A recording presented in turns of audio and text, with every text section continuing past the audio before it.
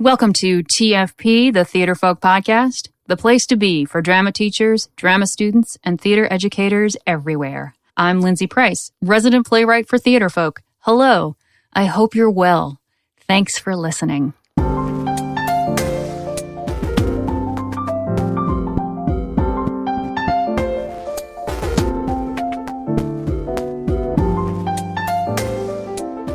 Okay, here we are, episode 103, and you can find all the links. And there's going to be video links today, so don't forget to go to the show notes, theatrefolk.com/episode 103. So, and first off, I'd like to welcome Theatrefolk cohort to the podcast, Craig Mason. Hello. Hello, Lindsay Price. How are you on this fine day? I am just enjoying my day. How are you doing today? That's a great way to put it. How are you doing today? I'm enjoying the day. That's it. That is all. I'll take it. Better than not enjoying the day, right? Yeah, I'm kind of tired, to be honest. But nobody ever answers that question honestly, do they? How are you doing? They always say, I'm good. You know, that's pretty true. I think that's true. Actually, what I think it is when someone says they're fine, 9 times out of 10, not fine. It's almost like someone should write a song about that. Okay, so today what we're doing here and why Craig is here with me today is that we are having a long overdue episode of a YouTube Fireside Chat. Craig, isn't the middle of summer exactly the time when you want to curl up in front of a fake fire? Yes, especially, fake fire for sure, not a real fire. No, fake fire. We could make the fake fire anything we want. We could make it blue. We could make it sparkly. Well, we're talking Broadway today, so I think our fire is neon. What do you think? Yes, and with all those chaser lights going around it. Oh, perfect. It's very appropriate that we're talking Broadway today because we're going to talk about Elaine Stritch. Elaine, unfortunately, passed away earlier this month, and I am not one to think about too much about celebrity deaths and certainly not mention them on Facebook, but this one hit me more than a bit. How about you, Craig? Yeah, I think she was such a wonderful performer that it really, when I saw that she had passed, it really kind of affected me a bit. And it's more than that because she was first of all, she was a singular performer. There is an Elaine Stritch style that she had that made her unique. I think that's very important. And I think she really was the definition of a Broadway broad. Yes, broad is the correct term for her. Her style was so unlike what one would see on Broadway today. I mean, for a woman who made a career in musical theater, she didn't really have a classically good singing voice. It was deep and growly and earthy, I would say, and fueled by bottles and bottles of Jack Daniels. At some point. Okay, we're going to get into that. That's specifically what we're going to get into in terms of clips of Miss Elaine. So I just wanted to do just a very, very brief overview, just because it's not even an overview, but she had a really amazing and long career and a varied career. I think people, would look at it and just be so amazed. Like, she died at 89. She trained with Marlon Brando when she started out. She understudied Ethel Merman, which is it's pretty easy to see. And we're going to have a story just a little bit later on talking about Elaine understudying Ethel Merman. She was in the original production of Stephen Sondheim's Company. Her version of The Ladies Who Lunch is the one that people think of when they think of that show. And I remember my first memories of her in the 70s are actually not in musical theater, but on television. She moved to London in 72 and was on a British sitcom called Two's Company. And I can remember the theme song. I remember the opening credits. They were a cartoon. And I used to watch the show on PBS. And not only that, she just was not limited. For such a earthy and brash broad, she succeeded in television. She was in movies and on the stage in both musicals and in straight plays. And I just think it's just amazing. It's amazing. She was a force. And I think it's really important just to have a discussion, Craig, just about how her singing style is not the Broadway tone of today.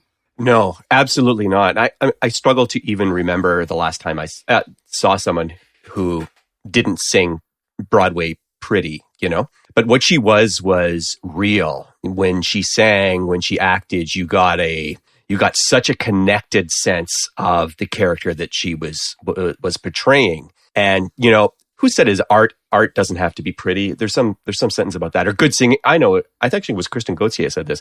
I think good singing is ugly sometimes. And she allowed herself to not be perfect. She allowed herself to be flawed. And that's can only be achieved by just getting out there and going for it. And granted, she basically had one character. That one, in terms of singing tone. But when she sang, she was a character singing. And I think where we get into trouble these days, particularly with young performers, with young high school performers, and they're seeing the current Broadway style. And Craig and I, we attend a lot of festivals, high school festivals. I sit in on competitions, and it's literally young girl after young girl singing in the exact same way. And I think there is a huge danger to that. There is a huge danger to teaching students to sing in this particular style. Now, of course, if they're heading towards a career in that arena, if if everyone else is singing that way, well, why wouldn't I sing that way too? But if there's, 500 girls and they all sound the same, who's going to stand out? I think it's the Elaine Stritch. Well, it's going to be anyone who makes the song their own. And I think that's what you're saying, is that you see a lot of this now where everyone's just trying to sound like everyone else. And so very few people are managing to stand out. And I think the answer to that is to be yourself, to take a song and don't listen to the recording anymore. If you're going to be singing a song for an audition, just stop listening to the CD and reinterpret that song for yourself and make a character for yourself. And again, that's what Stritch certainly did.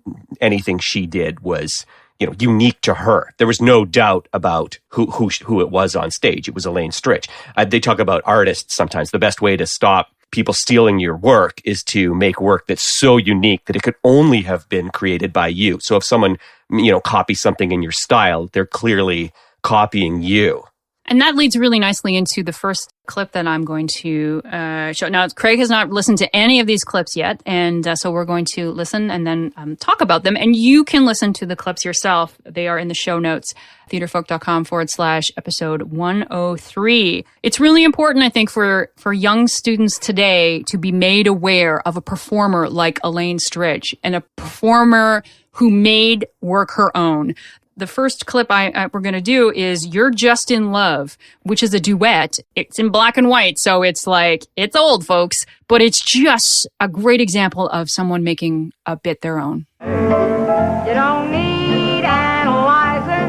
It is not so surprising that you feel very strange, but nice. Your heart goes pitter-patter. I know just what's the matter.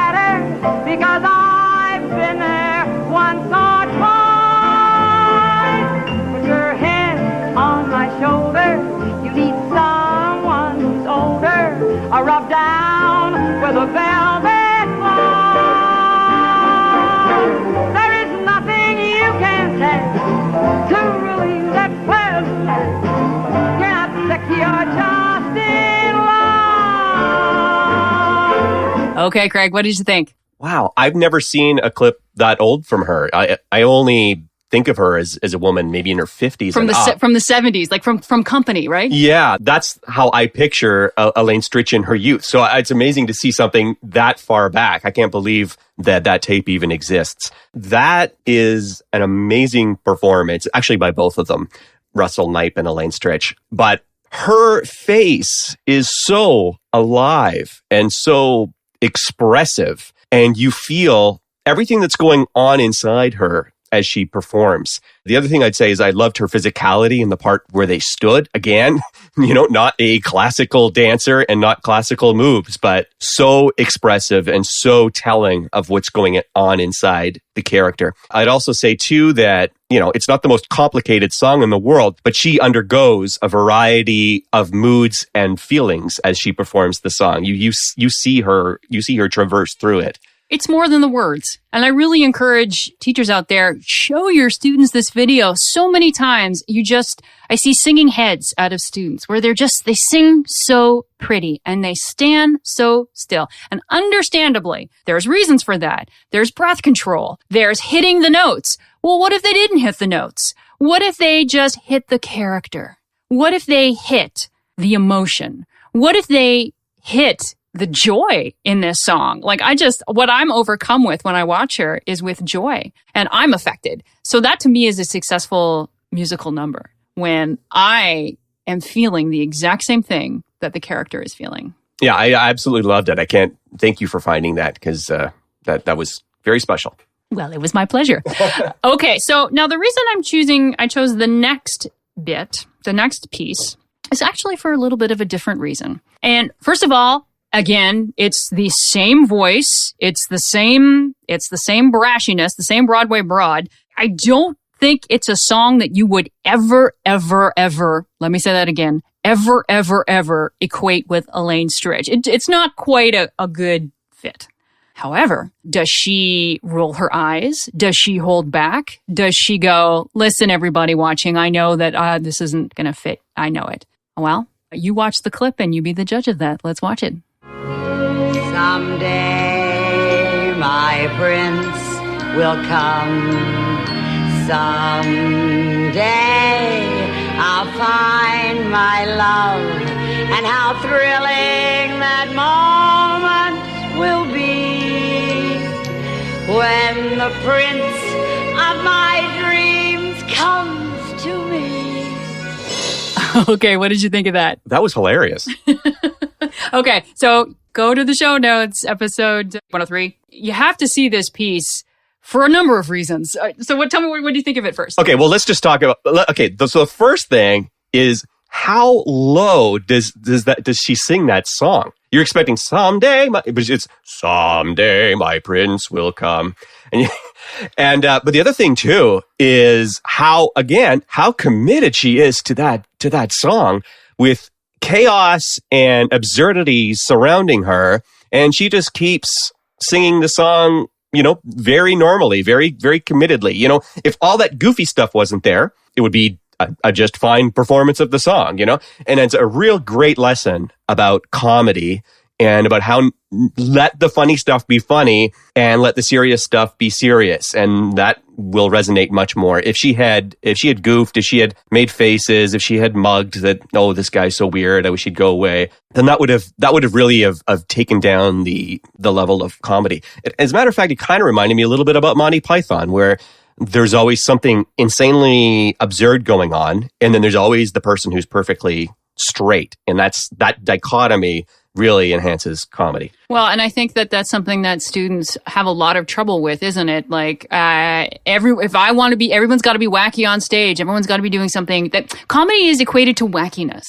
And that's not it at all. That someone has to be the straight man on stage. Again, I think it was John Cleese said something along the lines of, comedy is not a person doing a silly walk. Comedy is watching a person watch another person do a silly walk.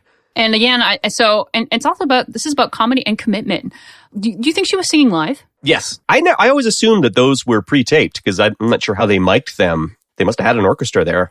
But there was a moment where she shifts her legs and, clearly there's a hitch in her voice. And so clearly to me, that was a live performance. Well, that says to me, then that was a lot of commitment, because there's at one point, so, if you haven't watched it yet, I'll just give you a visual. Ernest Borgnine is dressed in a powder blue Prince outfit, complete with tights and feather hat. And he is dancing around her, I think trying to make her laugh, very purposefully. At one point, straddles her, and then he does the whole shoe routine where he's trying to find a shoe to fit her foot, and he is not being gentle, trying to shove a shoe on her foot. And she does not stop singing for a second, does she? She's just like, she gets through the song. No, she only reacts like once to what's going on the whole song, right? Like right towards the very end, she kind of shoves them away, I think. But I think that's and I think that's in purpose. I think. Oh yeah, no, that's blocked. Yeah. Yeah. So if you, it's a real lesson in commitment and also in how comedy works on stage. Whether or not you think a guy in a powder blue suit is funny, watch her be the Rock, and because that's her character, and so that she has to react in character and not roll her eyes and not wink to the audience. Okay, so what I've got now, and I think this is a great exercise for any teachers out there with theater, even theater students, general theater students, or if you have a musical theater class. And what I've got Elaine Stritch singing Ladies Who Lunch from Company, which is her signature song, but in two different decades. The first one we're going to listen to is from 2000, and the second one we're going to listen to is from 1973. And you can do a compare and contrast exercise with two different singers singing the same song, like Elaine Stritch and Patti LuPone, or Elaine Stritch. And there was I believe, was it 2006 that there was the most latest version of Company on Broadway. And the woman who played Joanne in that version was fantastic. She was completely different from Stritch. Oh yeah, but just it held her own like a champ. But what about when you've got, and now that we're in the digital age, there is video out there of the same performer singing the same song in two completely different time periods. You can do it with Patti LuPone. You can do it with Bernadette Peters, I'm sure. And how are their versions, same singer, but how do they differ? How has the singer's voice changed? How is the phrasing changed? And what phrasing is exactly the same? I'm really interested to hear what you think, Craig, about comparing and contrasting these two versions of the same song. So we'll do them back to back? Okay. Yes. We'll see you in a second. Here's to the girls who play wife. Aren't they too much? Keeping house but clutching a copy of life just to keep in touch. The ones who follow the rules and meet themselves at the schools, too busy to know that they're fools. Aren't they a gem? I'll drink to them. Let's all drink to them. Here's to the girls who play wife. Aren't they too much? Keeping house but clutching a copy of life just to keep in touch. Ones who follow the rules and to meet themselves at the schools, too busy to know that they're fools. Aren't they a gem? I'll drink to them. Let's all drink to them. Rise! Rise! It's just a tone, man, isn't it? She has just got, there is no other person who sings like Elaine Stritch. And oh, God rest her soul, man. There's no one like her. No, it's quite a contrast between the two performances. I thought they were very, they were both her, but they were both had slightly different interpretations, I thought. Well, first of all, and this is very interesting. So we picked two, as we were listening to them, we also picked a little snippet that you just heard before Craig and I started talking again. And quite interestingly, they're the exact same length, meaning they both started at 2:10 and they both ended at like 2:53. So that's very interesting that doesn't change. Like timing doesn't change. No, I felt like the first song started very slow, but I guess it was the same pace. Okay, so I felt, and I think that it sort of makes sense. The first one that we saw, it was a concert, so it was sort of a presentation. The second one was so close to when she actually performed the role, and I felt it was a character. Like I felt she was, in the second time, she was really singing about herself, and I didn't get that in the first time. And by first time, you mean the 2000 version, right? I do. We backed it up. We started with the 2000 version and then the 73. Yes. Well, the 2000 version, there was also the irony of it was clearly some kind of gala performance, and everyone in the audience knew her or her work very, very well. So, I think the applause when she started the song. So it was clear, and also there's a different layer on there. Yeah, and the applause when she put certain spins on it, whereas when those, in some cases, the same spins, like right before, after Vodka Stinger got applause in the 2000 version, whereas in the 1973 version, it's like a stab in your heart. Yeah. So the 73 version, that character just seemed just devastatingly, deeply affected by the people to whom she's referring. The 2000 version, I mean, I think when you get older and as you age, that type of stuff affects you slightly less, or you can at least look back on it with a different slant. But I'll tell you what I absolutely adored about the performance. Actually, it's more noticeable in the 2000 version than in the 73 version, but it's there too, is how alive she is. And there's so much in the opening section of the song. It's so slow, and there's so much space between the singing, and she is so alive in those empty spaces. You see her; she'll sing the phrase. She finishes the thought that phrase was. The new thought comes to her head. You see that happening, and then she goes into the next phrase, and it was just so masterful. You see so many performances where people, if they're not singing, there's a pause in the song, the character goes away. And I found that her character was present even more so in the times where she wasn't speaking. Did you catch that too? Well, it's a complete performance. It's really funny that you say that you found the second or the 2001 slow, and I just didn't notice it at all. I didn't notice that it was slow, which means that, yes, I was completely engaged when she was singing and when she wasn't. Yeah, I didn't mean that it was slow and that it wasn't interesting. I just meant the pace felt slow. Yeah, but I think that's what, if I felt it was slow, it means I wasn't engaged. Right, yeah, you didn't even notice. Yeah, wow, what an incredible performance. I remember reading that's Stephen Sondheim book, and he talked about, I mean, this song was written for her, and how Sondheim kind of always had it in the back of his head that at the end of the song, when she's screaming "rise, rise, rise," that it would bring about a spontaneous standing ovation. And he said it never happened, and he knows why, but that's what he was thinking when he wrote it. And if you want an extra little insight into that whole journey of her doing the song, there's a documentary of the making of Company, and it is her I believe it's no secret, she was drinking quite a bit at the time, and her trying to record Company, or trying to record Ladies Who Lunch, was epic. That's a good way of putting it. Devastating, I think, was the word I was going to use. Yeah, there's a point where Sondheim just drops his head into his hands and is just completely depressed. It's quite an amazing documentary. And I think that they had to record.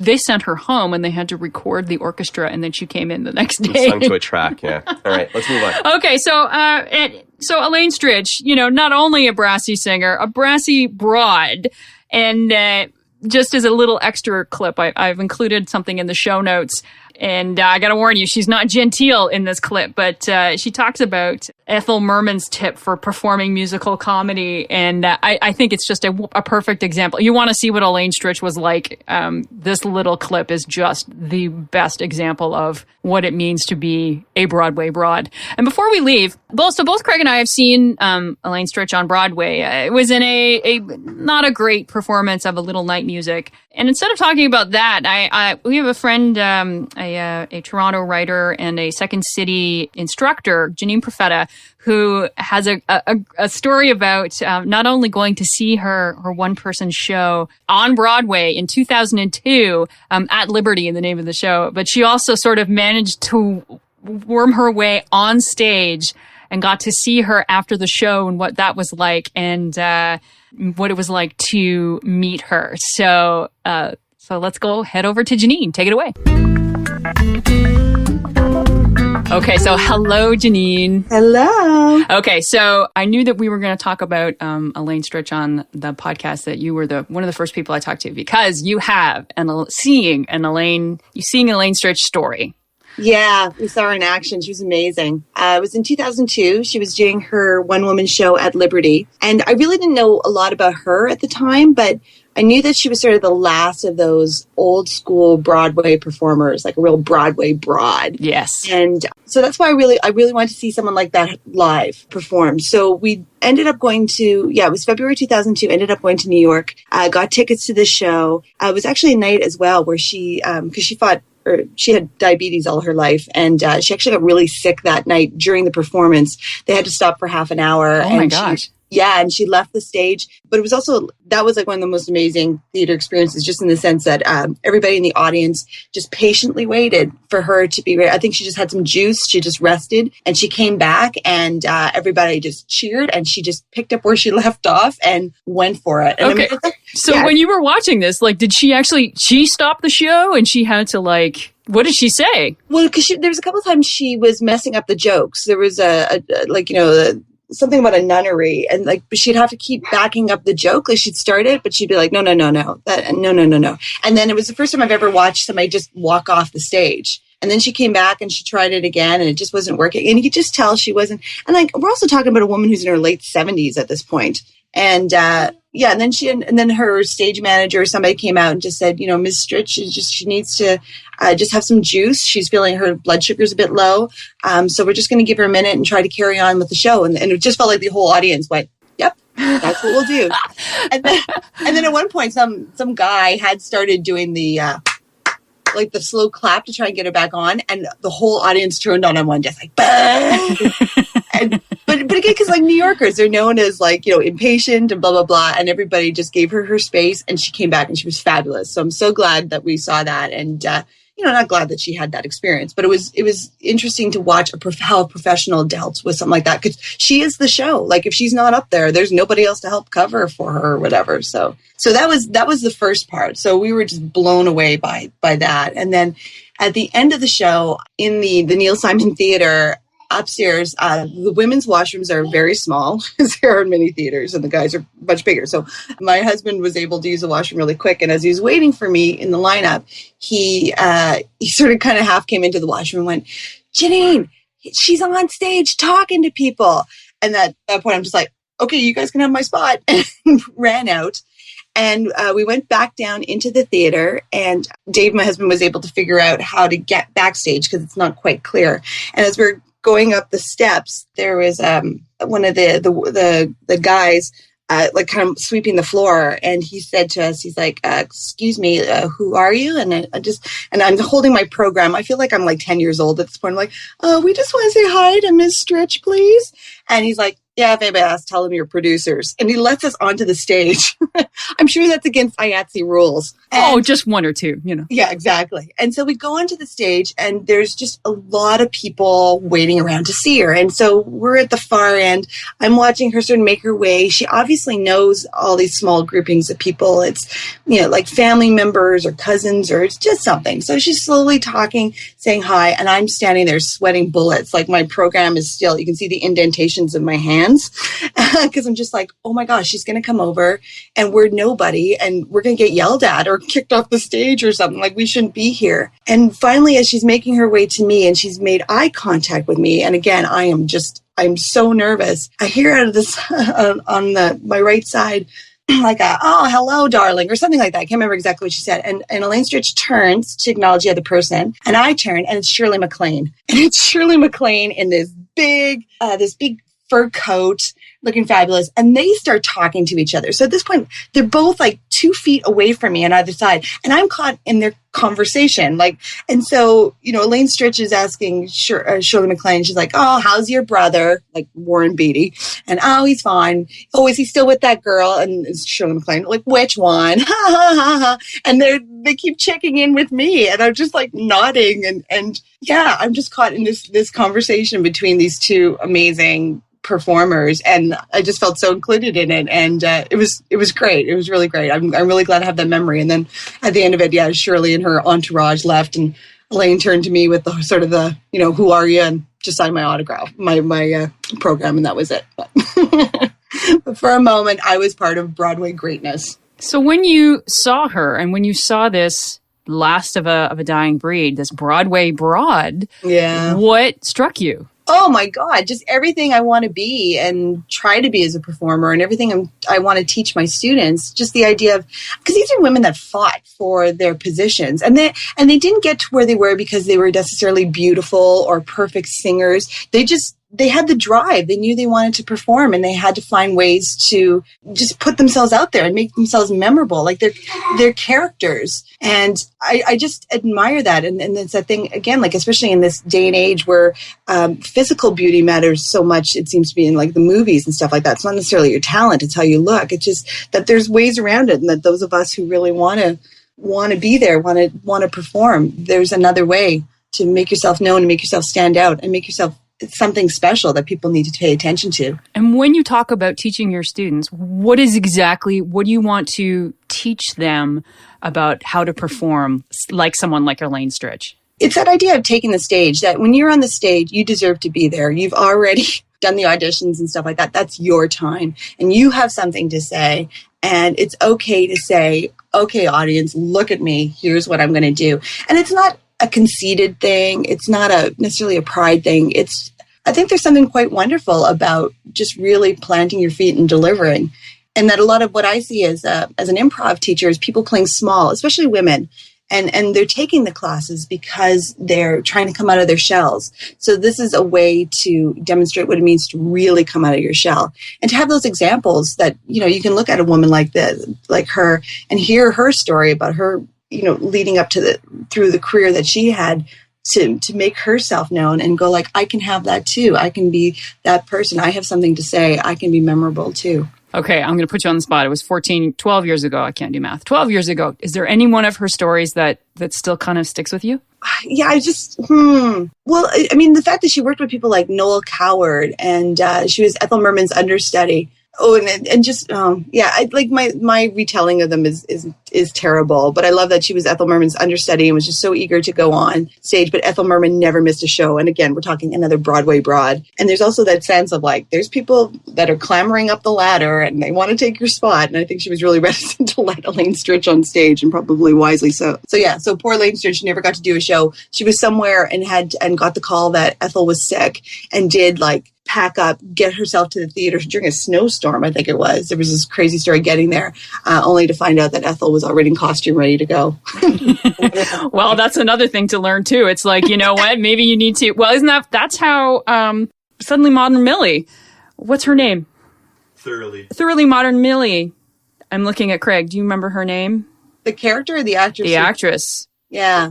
That's how she became and I'm really, really embarrassed because we saw her in Anything Goes and she was absolutely fantastic. Sutton Foster. Yeah. That's how she became a Broadway star, was because she was the understudy and the lead got sick and then the understudy just took over. Yes. So you always want to be prepared. You always want to be in that moment or you never want to get sick. Yeah, exactly. And it's all part of the folklore, like part of the fairy tale that is the theater too, right? Absolutely. Janine, thank you so much. I really appreciate you taking the time. Thanks, guys. Thanks, Janine. Taking the stage. I think that is the epitome of what Elaine Stritch did, and I think that is what we should be teaching all of our students. We have to get students to take the stage, and it's so easy when we're young to not want to be noticed and to not want to stand out. And, let's all be like Elaine Stritch. Maybe. No. Okay. But we can embody what she stood for. Taking the stage, maybe? Yes. Oh, of course. No, I just don't want to be Elaine Stritch. Not really. I don't want to have the problems that she had in life. Right. Excellent. Okay. But I would like to perform with the same type of bravado with which she performed. So yes. Agreed. Okay, so in that regard. Yes, I do want to be Elaine Stritch. I do want to be Elaine Stritch. I do. Okay, so that's wonderful. So before we go, let's do some Theatrefolk news. So, Craig and I have been working on a special secret project all summer long. No lounging on the beach for us, I'm afraid. And that project is just around the corner. We've polled drama teachers from around the world on what they're looking for, what they want, and what they need. We're putting on the finishing touches and tying on the sparkles and the bows, but here's the thing. Make sure you are on our email list. We're announcing it there first. So go to theatrefolk.com/sign up, and I'll put the link in the show notes too. And that's episode theatrefolk.com/103. If you want to hear about our secret project first, that's where you need to go. Finally, where can you find this podcast? Well, we post new episodes every Wednesday at theatrefolk.com and on our Facebook page and Twitter. You can find us on youtube.com/theatrefolk. You can find us on the Stitcher app, and you can subscribe to TFP on iTunes. All you have to do is search on the word, what? No, Theatrefolk. And that's where we're going to end. Take care, my friends. Take care, and... High five. No, rise!